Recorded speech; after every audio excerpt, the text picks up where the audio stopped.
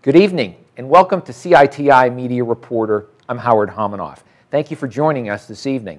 My guest is Lynn Oberlander, General Counsel for First Look Media. Lynn, thank you for joining us. Thank you for having me. And by the way, I would note, a graduate not of Columbia Business School, but of Columbia Law School. That's right. So happy to have somewhat of an alum here with us today. Lynn, why don't I start sort of maybe most obviously, but and people may have read about it on their own, but what is First Look Media and what is its mission? Well, First Look Media is a digital media company that was started about a year ago, a little over a year ago, to do aggressive journalism, or journalism in the public interest, journalism that is supposed to be also experimental, that we are looking at. It is, right now we are publishing two things. One is the Intercept, which is a website founded by Glenn Greenwald, Laura Poitras, and Jeremy Scahill that is devoted to national security reporting. And we recently started a project called Reportedly, reported.ly, which is helmed by Andy Carvin, who used to be at NPR, and that is a social media news project where you will live in social media and you will get news from on Twitter, from curated news on Reddit, on Facebook, that a team of journalists around the world is collecting for you. And we are looking at other projects. We are nonprofit. First Look Media is nonprofit and is devoted to aggressive journalism in the public interest. Well, you've been able to, you've had a terrific career of, and I'm not just blowing smoke, of having been, at NBC, working with NBC News, at Forbes, at the New Yorker, at First Look now. How have you seen the world of journalism change as somebody who's had to work so closely with journalists for a long period of time? How have you seen journalism and journalists changing through the course of your work? Well, that's an interesting question. In some ways, the journalism hasn't changed at all, right? There are still people who are really interested in exploring and investigating and performing long-form journalism in terms of doing both video, television journalism, and also, obviously, written. We have seen I've seen over the course of my career, the medium has changed a little bit. There is obviously more focus now on immersive journalism, on journalism that both takes the pictures and the sound and the video and puts it together. It's required slightly different technical skills, I think, on the part of the journalists. There is also a sense, although I have been fortunate in many respects that I haven't seen this, you've seen a lot more listicles. I mean, things that are trying to, how do you drive audience has been very, very important to the journalists and to the places they work on. And so that has been a slight change. But it hasn't been the most disruptive element, and to use that phrase disruptive, has been that nobody knows how to pay for the journalism anymore. And that has created a lot of uncertainty and job losses. But the journalism itself and the journalists, I think, are actually pretty similar. Does that cost pressure in investigative journalism, aggressive investigative journalism to your term, is expensive, right? If it's not, it's not sitting at home in your pajamas and just, whipping up a blog.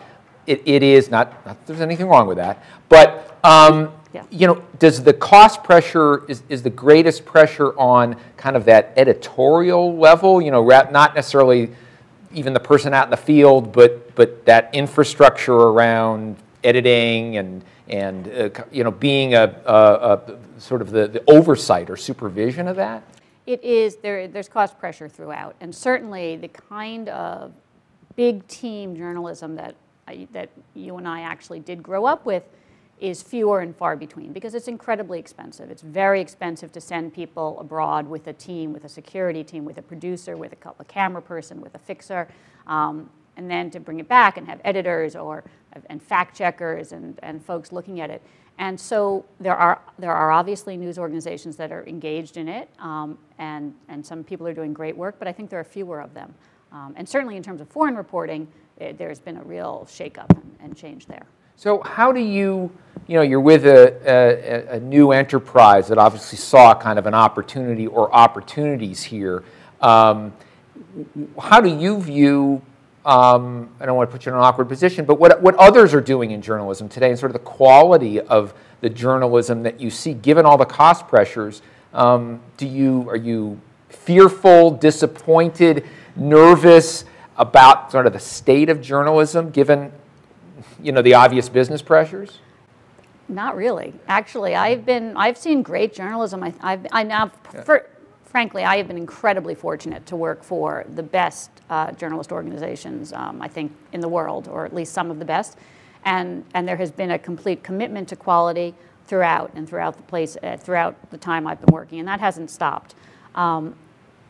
And I think that interestingly enough, even as the older generation has in fact been laid off and had difficulty finding jobs and have lost pensions and have sort of the idea of a professionalism of journalism has really taken a beating in some ways, there have been enormous numbers of young people coming into journalism who are doing great things and who are still interested in the work. So I think that journalism will continue. I think there's an incredible desire for people around the country and around the world to get news and figure out important information, and there are people who are going to provide that news to them.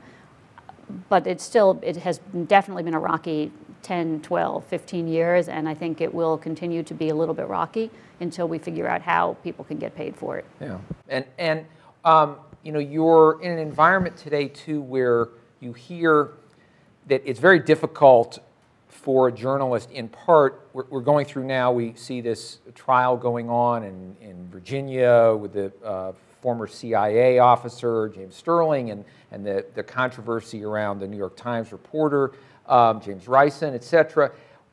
And some people say there's sort of this war. It's bad enough, the business pressures, but there's also a war on journalists that's sort of taking place from within the Obama administration, which might surprise some. On the other hand, some people think, oh, they're all in cahoots with media, but others may see them as at war with the media. Do you see it that way? Does it feel that way, being somebody who's had to protect, work with journalists, make sure that their stories could be told?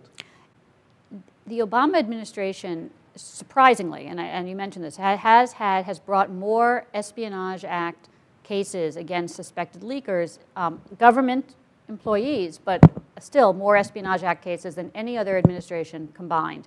And that has, in fact, reflected a nervousness, perhaps, or a discomfort with the process of what national security reporting is. That people, national security reporters, traditionally rely on sources within the administration, within other parts of the government, to bring important information to the people. And when they write a story that is based on some sort of confidential source, this administration has gone after the people they think are leaking to the media. And so, yeah, it's been a very, very tricky time for the press that way. They've seen, with all of the leak investigations, the national security reporters I know have spoken of a real chilling effect, that their sources in government are much less likely to tell them about things that that the public should know about what's going on in terms of our government and our government actions, because the potential sources, are quite concerned that they will be prosecuted under the Espionage Act or under some other type of a statute for divulging confidential information. And what's interesting is, and that journalists even see it, and it's hard to say journalists as everybody, people have different opinions and different sources, but that again, a sort of conventional wisdom under Cheney and the Judith Miller situation and all the sorts of, and the leaks regarding Valerie Plame, et cetera, sort of, it seemed, people might think it was a much worse or much scarier place for journalists under the Bush administration, but it's not like the light went on or something changed in a very different way. I mean, when you're talking about, under the Obama administration. No, in fact, it has been worse, and I think that is surprising. It was surprising to a lot of folks, a lot of people in the media, and it has been, with these investigations, there has been a really sizable chill. There has also been, when President Obama first came into office, immediately he indicated that the government was going to be more open in terms of FOIA and other types of transparency issues, and that was a great proclamation, but it has not happened. The government has been quite reluctant to produce information in response to FOIA requests or other types of press requests. So it has not really been an administration that's been incredibly friendly to the press. Now, what I should say is that recently, and when I say by recently, in the last 18 months, there's been a noticeable shift. About 18 months ago, 2 years ago, it was discovered that the administration in one of these two leak investigations had first secretly sought phone records of 20 Associated Press reporters and editors, personal phone records, also professional phone records, and had not told the AP about it. So the AP couldn't go to court to try to quash the subpoena because they didn't know about the subpoena. It was secret. And when they found out about it, there was really a tremendous uproar. Very soon thereafter, a couple weeks later, we also discovered that the administration had, in the context of trying to get emails, again in a leak investigation, they had put into a search warrant for the email files of James Rosen, who was a Fox reporter. They had said that he had been an aider and abettor of an Espionage Act violation, or probable Espionage Act violation, and that's why they needed the search warrant. And again, when that was discovered or unveiled by the press, the press frankly went crazy, and rightfully so, because the journalist, James Rosen, was only doing what journalists do, which is trying to reach out to various government officials to find out information. And if somebody gave him confidential information, that doesn't mean that he was an aider and abettor of the Espionage Act. So after that, there was really quite a bit of protest, and the President and Attorney General Holder set up a series of meetings, high-level meetings between attorneys, journalists, civil rights groups, and the administration to try to work through some of these issues, and to revise the Attorney General's guidelines on dealing with the media. And there have been a series of revisions, the most recent of which came out 2 weeks ago, which have made it, it's not impossible, mind you, I don't want to suggest it's impossible for the government to get reporters' information or their search warrants, or emails or phone records, but have codified it in a way that at least makes it difficult. They have, the Attorney General has to sign off on any requests for information from journalists. From much of the information, you're only supposed to get a subpoena or a search warrant after they have made sure that there is no other way of getting the information, that it's essential to whatever investigation is going on, that there has been a real evaluation, if it's national security, if it's an Espionage Act investigation, that this is something that that the government is committed to seeing through. And they've also said that journalists won't go to jail for doing their job. So that if they are in fact dealing with sources, and the sources provide confidential information, according to the statements of Attorney General Holder, they won't go to jail. So maybe it's gotten a little bit better now. It's just to wind up. Yeah, well, you mentioned the reporter going to jail. Well, for in the popular culture, this has probably gotten a lot of attention lately, and here comes a spoiler alert, so if you're fans of the newsroom, you may want to turn away for a moment. But Will McAvoy, the star of the newsroom, doesn't reveal a source, and he ends up in jail for 52 days, if I remember the plot. And is that and it may be the only drama in history in which characters debated the finding of Brandenburg v. Ohio in the Supreme Court, but I think you mean Brandsburg v. Hayes. Brandsburg v. Hayes. I don't know where I came up with that one. Very good. That's good to have Lynn here. So is that a separate issue from what we're dealing with, or is this directly, trying, at least from a federal government perspective, trying to better manage those kinds of situations?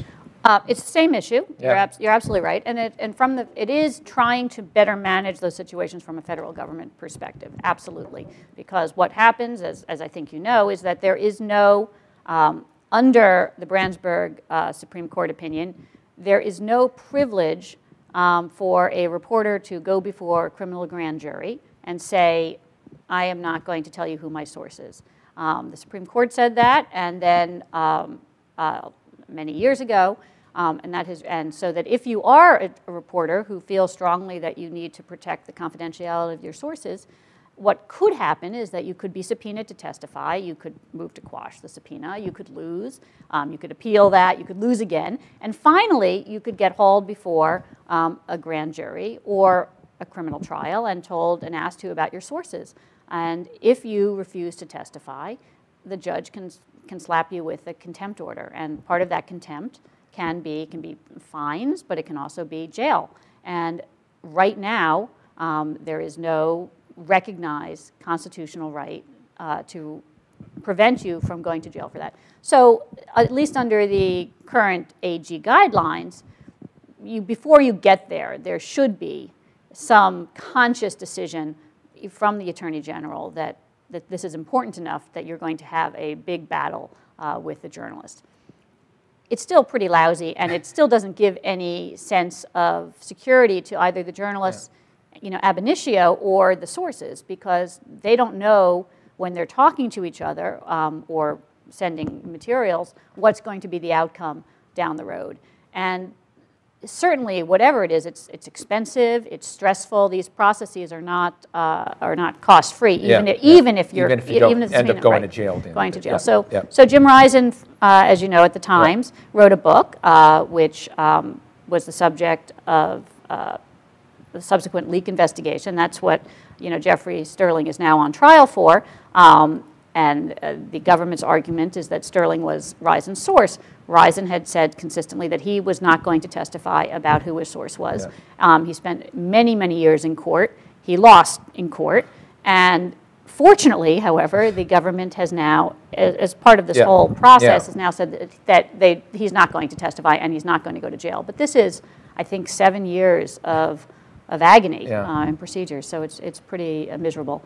And, I also want to ask about it in the same situation, but the responsibility of, in addition to, we're talking about the reporters being in jeopardy, certainly the sources in certain circumstances are directly in jeopardy because they may have violated their either an oath that they've taken in a government office or signed confidentiality agreements with the government or an employer. What's the responsibility? I know you've given some thought to this, about what a news organization owes or what they should do when their sources get in trouble. Even if, let's say the government has made a decision, we're not going after the news organization, at least as aggressively or as, obviously maybe as we have, but the source, is the leaker or the discloser, is still out there and in jeopardy. What is does the news organization owe a responsibility, legally or ethically, to that source, and what should they do about it? It's a great question. It's one that we've been thinking about quite a bit because the traditional model is that, and I believe in this, right? You can't, as a part of the reason that the press can publish information that they receive from other people is that they haven't themselves done something illegal to get that information. And if they were paying, for example, for confidential information, national security information, or any other information, could be corporate, civil, it doesn't have to just be government information. If they were paying for it, you maybe could make an argument that that was something illegal in terms of getting that information, and that would put the press at risk for itself.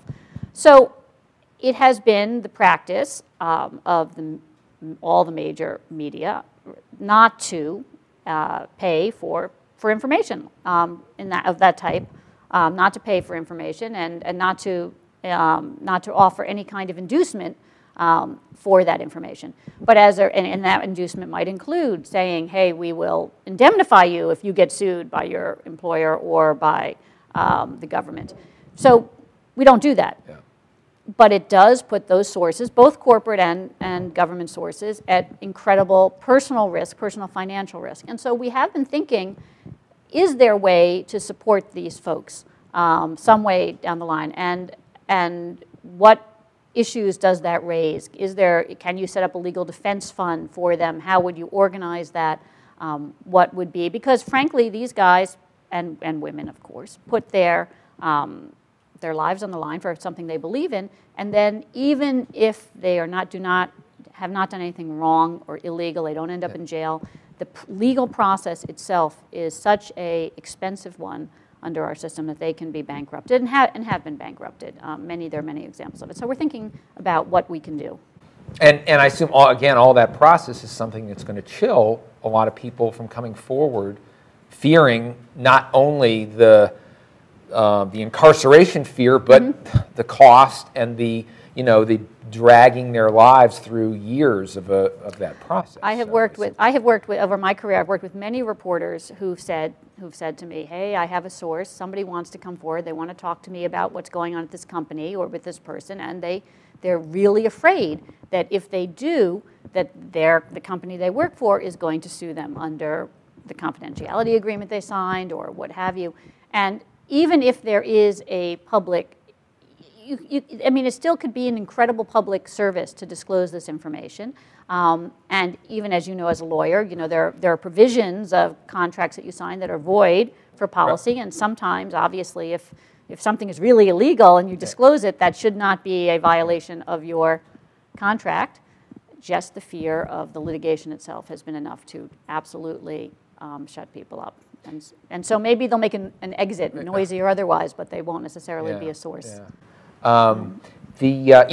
It raises for me also the question of today, especially who's a reporter. That we're the New Yorker, those people are reporters, the Times, Forbes, et cetera, or the great institutions, and one that you're building now, within First Look Media. But what about the so often news is broken by unaffiliated, whether freelancers or just again jokingly, but the person at home, with good sources on the phone, who breaks a story. What kinds of the rights or distinctions do you have to make between, or should you, between quote traditional reporter and blogger almost becomes pejorative, but the point is someone who breaks news but not affiliated with an institution.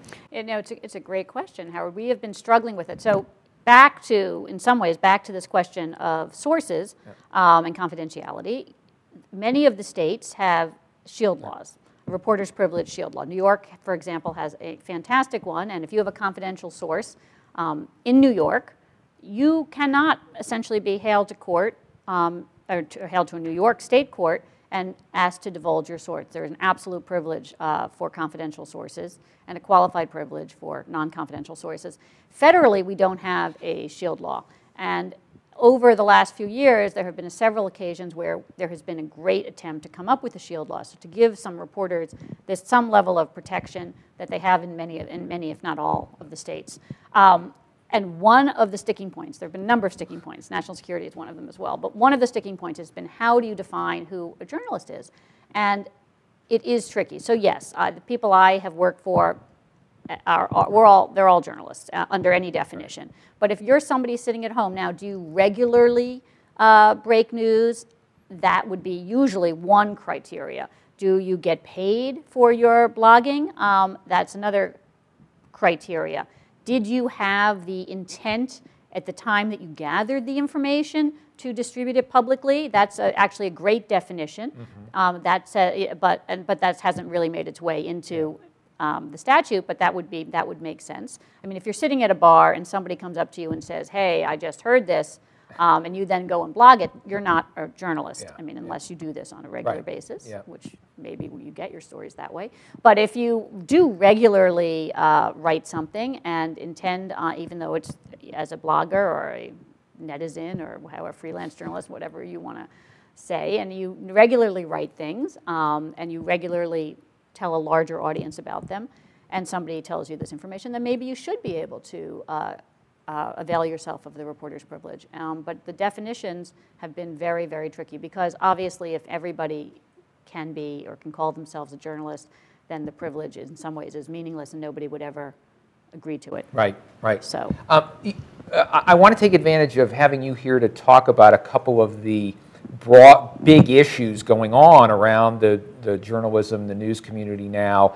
And most obviously, you mentioned your association with Glenn Greenwald, is the Edward Snowden story, which was probably the most, one of the most almost mesmerizing stories, maybe since the Pentagon Papers, of the divulgence of classified government information. How do you see Snowden? And I realize you've got a working relationship with Greenwald, but how should the public, you think, sort of see what Snowden did and how to think about those issues, not only in Snowden's case, but kind of going forward? Well, I think what is the and frankly, the disclosures that came out last year from Glenn Greenwald, I guess actually the year in 2013, from the Snowden papers that Greenwald and Quatros wrote up for The Guardian and the Washington Post reporting that was done. I mean, they are actually the reason that I am at First Look Media. I mean, those are enormous stories of public importance. The fact that the U.S. government was taking every single person's, yours and mine, we can only assume, and everyone in this room and everyone's watching, that they were taking our phone records without a warrant and storing them indefinitely. So from the possibility that maybe at some point there might be somebody who was a terrorist that they were going to jump back, it's still outrageous to me. I mean, I'm still, really worked up about it.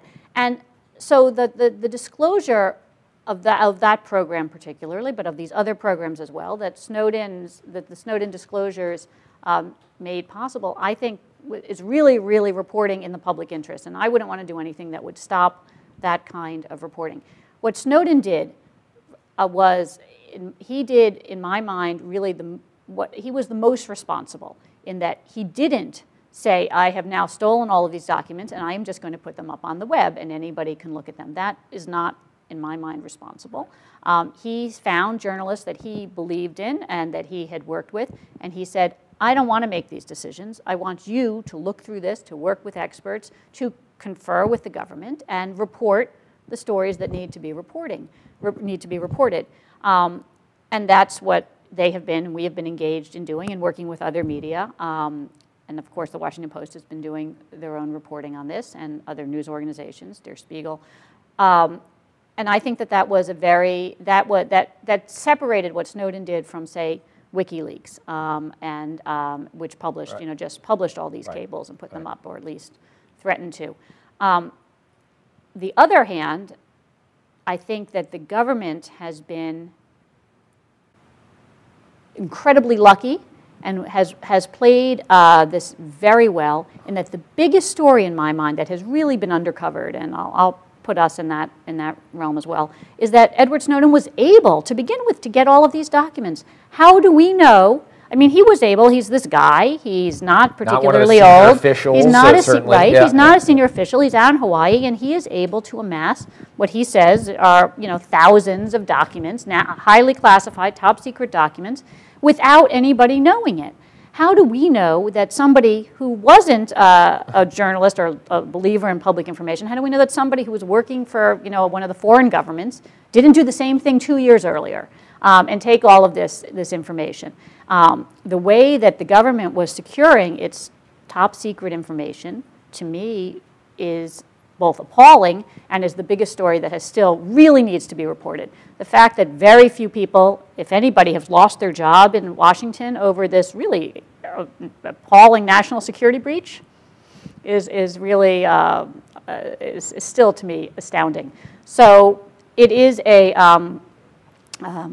so I think it's really continues to, and there will be more reporting, obviously, coming out of the Snowden documents.